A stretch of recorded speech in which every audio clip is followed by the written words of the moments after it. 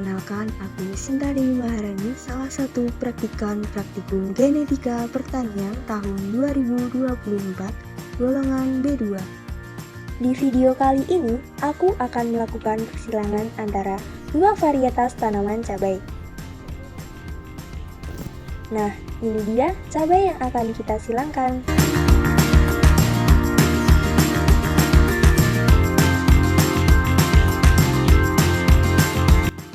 Untuk melakukan persilangan tanaman, kita membutuhkan pinset untuk menghilangkan kelopak dan benang sari pada bunga kuncup, plastik ziplock untuk menjaga bunga yang disilangkan dari pengaruh lingkungan yang menimbulkan kegagalan, alat tulis untuk mencatat varietas yang disilangkan, tanaman cabai sebagai bahan persilangan, dan tusuk gigi untuk mengambil benang sari pada bunga yang mekar.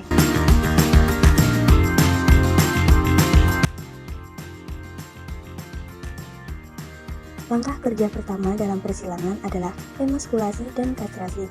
Emaskulasi adalah proses penghilangan organ jantan untuk mencegah terjadinya penyerbukan sendiri. Menurut Rusmawati et al. Tahun 2024, kastrasi merupakan kegiatan yang dilakukan dengan membuang organ tanaman yang tidak diperlukan. Bunga yang akan dikastrasi adalah bunga yang masih dalam keadaan kuncup sempurna. Pada bagian bunga, organ tumbuhan yang dikastrasi dapat berupa kelopak dan mahkota dengan tujuan mempersiapkan pertumbuhan vegetatif tanaman. Pada tahapan ini, kegiatan dilakukan pada sore hari saat bunga masih menguncup sempurna. Bagian bunga yang dihilangkan adalah mahkota bunga dan benang sari dengan pinset, sementara bagian putih bunga tetap dibiarkan. Hal ini dilakukan untuk mempersiapkan indukan bunga yang dijadikan sebagai tetua betina. Setelah dilakukan kastrasi, bunga disungkup dengan plastik ziplock. Dan jangan lupa mencatat kode pot tanaman cabai yang dijadikan tetua betina.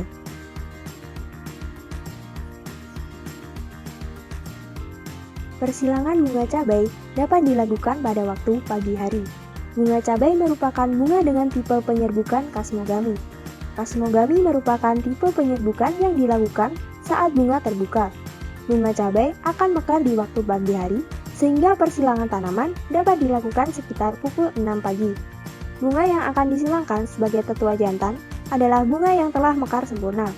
Proses persilangan dilakukan dengan mengambil benang sari pada bunga tetua jantan yang dipilih dengan menggunakan tusuk gigi. Setelah itu, benang sari diletakkan di atas putik bunga tetua betina yang telah dipersiapkan pada hari sebelumnya. Bunga yang telah disilangkan kemudian disungkup dengan plastik ziplock kembali untuk menjaga bunga dari gangguan faktor lingkungan. Catat kode pot tanaman cabai yang dijadikan sebagai tetua jantan. A few moments later.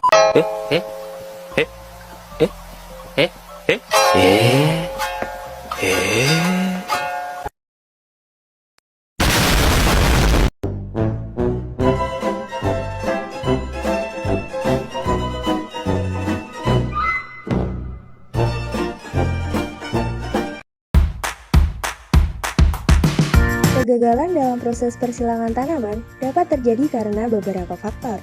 Faktor yang mempengaruhi kegagalan ini dapat terjadi dari faktor internal maupun eksternal. Salah satu faktor internal yang mempengaruhi keberhasilan persilangan adalah kondisi polen tetua jantan dan tingkat kompatibilitas persilangan. Inkompatibilitas pada proses persilangan terjadi karena ketidakcocokan organ jantan dan betina, sehingga tetua bunga jantan gagal menyebuki tetua betina.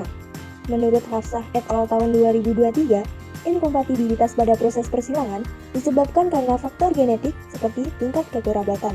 Serbuk sari tanaman dari alel yang sama akan ditolak sehingga tidak terjadi proses fertilisasi dan persilangan tanaman tidak berhasil. Interaksi penyerbukan antara putik dan benang sari telah terjadi, tetapi tidak berhasil membentuk bakal buah dan adanya penghambatan sebelum pembuahan. Selain itu, faktor eksternal dari lingkungan seperti suhu lingkungan yang tinggi dapat mengakibatkan kegagalan proses pembentukan buah. Proses persilangan tanaman cabai dilakukan pada saat musim kemarau dengan suhu lingkungan yang relatif tinggi. Menurut Frimpong tahun 2014, rasio keberhasilan polinasi pada musim kemarau dapat turun hingga mencapai 0%.